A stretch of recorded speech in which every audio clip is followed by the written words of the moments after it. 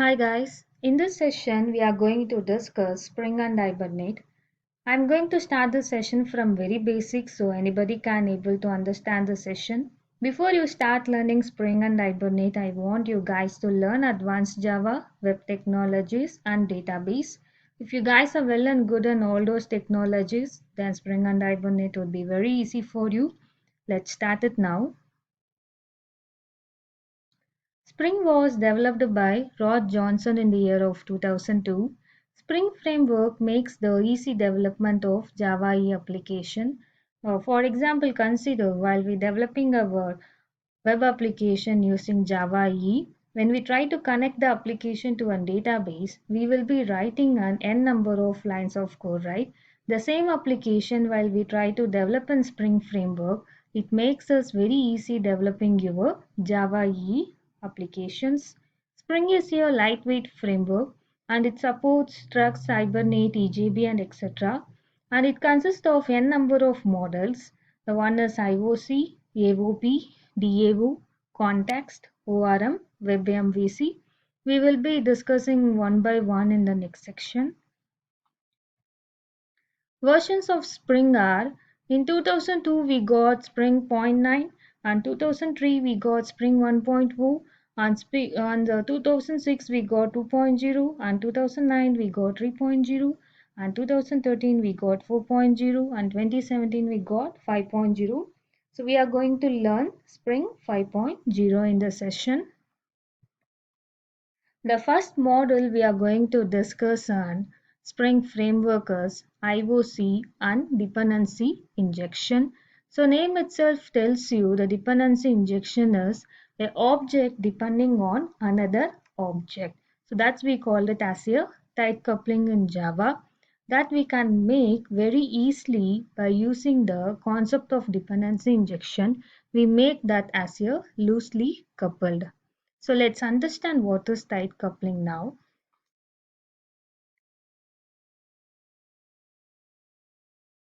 So we are going to learn IOC and dependency injection. IOC and dependency injection, make it as DI. So before we learn IOC and dependency injection, let's understand what is tight coupling in Java.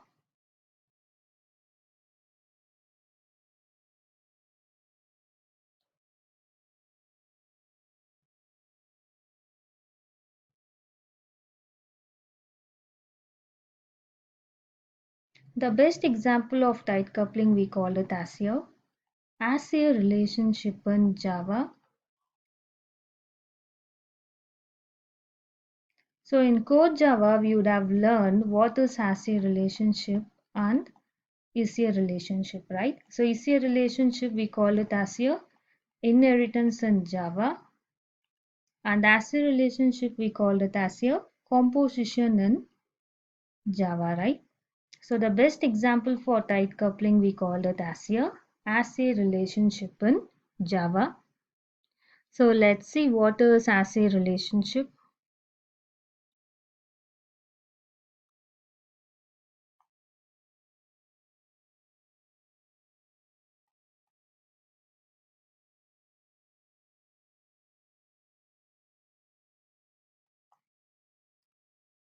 Consider you have a car. For a car, the mandatory is I can say engine. I can say car as the engine. So I can't say car is the engine, right? So this concept we call it as a relationship in Java. Let us see a sample program for this.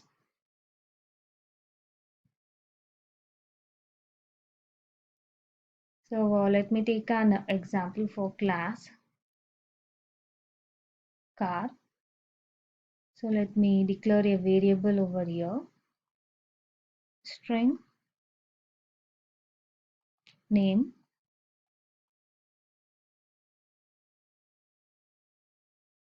string color, So I'm going to take another class called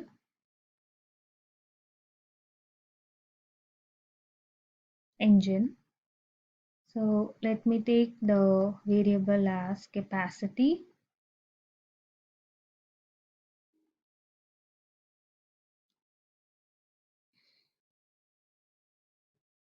Now what I'm going to do is I'm going to create an object of engine inside a class car. So let me create it over here. Engine E1 is equal to new engine. So let me take another class.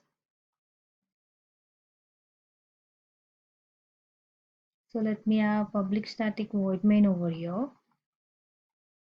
If I want to access the car class properties, I have to create the object of it, right? So let me create an object of car C1 is equal to new car. Now let me say system dot out dot println C1 dot name is equal. Let me give some name over here.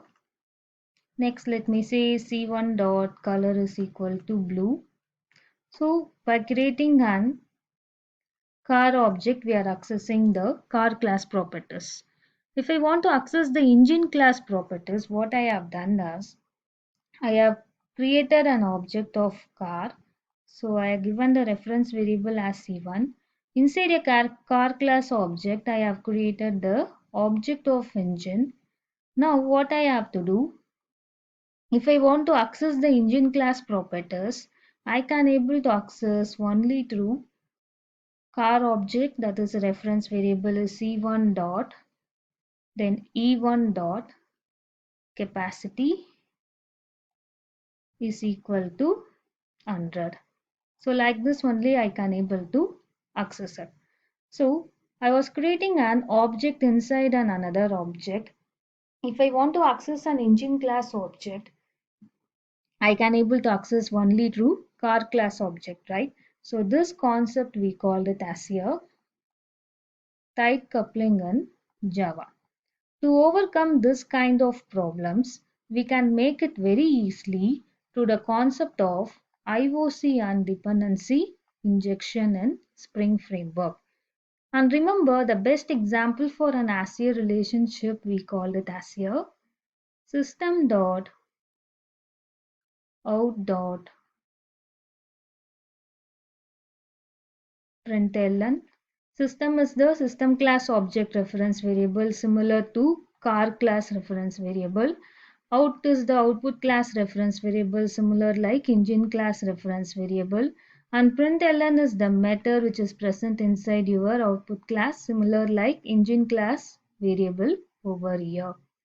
So to make this problem very simple, let us go to the concept of Spring Framework and dependency injection over here. Inversion of control and dependency injections are the design patterns that are used to remove dependency from the programming code. So it makes the code easier to test and maintain. So I can make that code very loosely coupled through the concept of IOC container. So IOC is a container responsible for injecting the dependency. So IOC will inject the dependency through an XML file or annotation. So basically what IOC will do is it will inject the dependency through an XML file or through an annotation. So it makes the code very easy to maintain and easy to test. In the next section, let us see how IOC container is going to inject the dependency, and I will be giving you the brief description how IOC container and DI is going to work on the program. Thank you guys.